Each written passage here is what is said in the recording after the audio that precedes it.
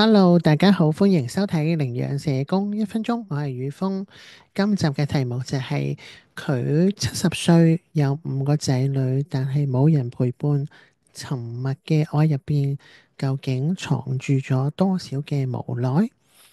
人嘅工作，即係好似我哋例如社工嘅工作，最重要係返去自身，因為係生命嘅一種成長，亦都係生命嘅一種修煉。記得曾經探訪一位70歲嘅梅婆婆，佢5位子女都已經大學畢業，每個都有住自己嘅家庭，係一個好幸福美滿嘅家庭。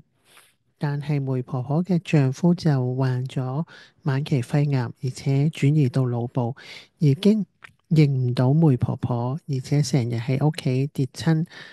兩老喺屋企冇人支援，梅婆婆嘅照顧壓力已經超出咗負荷。有一次，梅婆婆就打電話俾囡囡，希望尋求幫助，但係囡囡就好嬲咁話：我好忙啊，我開緊會啊。然後婆婆就話對唔住啊，就收咗掛斷咗電話。但係掛斷嘅、關上嘅、關閉上嘅係婆婆難過嘅心。於是我邀請梅婆婆聽一聽頌缽嘅聲音。梅婆婆佢話嗰個聲音好舒服，好想再聽一次。然後我就邀請梅婆婆慢慢閉上眼睛，然後進入一個正念同埋休息嘅歷程。咁完成咗之後，梅婆婆同我講，佢話有你同我傾偈，其實已經對我嚟講係最大嘅幫忙啦。因為佢每次同仔女講，仔女都會同佢講話，咩都唔使講啊，你咩都唔識，交俾我哋就得噶啦。咁其實媽媽即係梅婆婆，佢好擔心打擾到仔女嘅工作同埋家庭生活，而仔女亦都唔想媽媽操心。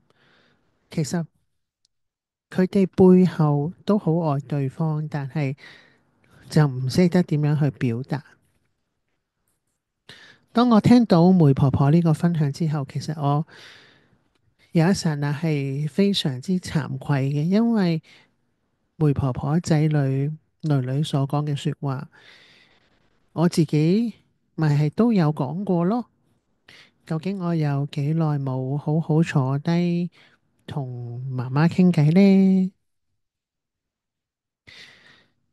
每一個服務其實都有住好深刻嘅意義。當我哋去幫助其他人嘅時候，其實都喺度成長緊，喺度豐富緊自己嘅生命。我非常之深信每一個相遇都唔係偶然，都唔係偶然嘅。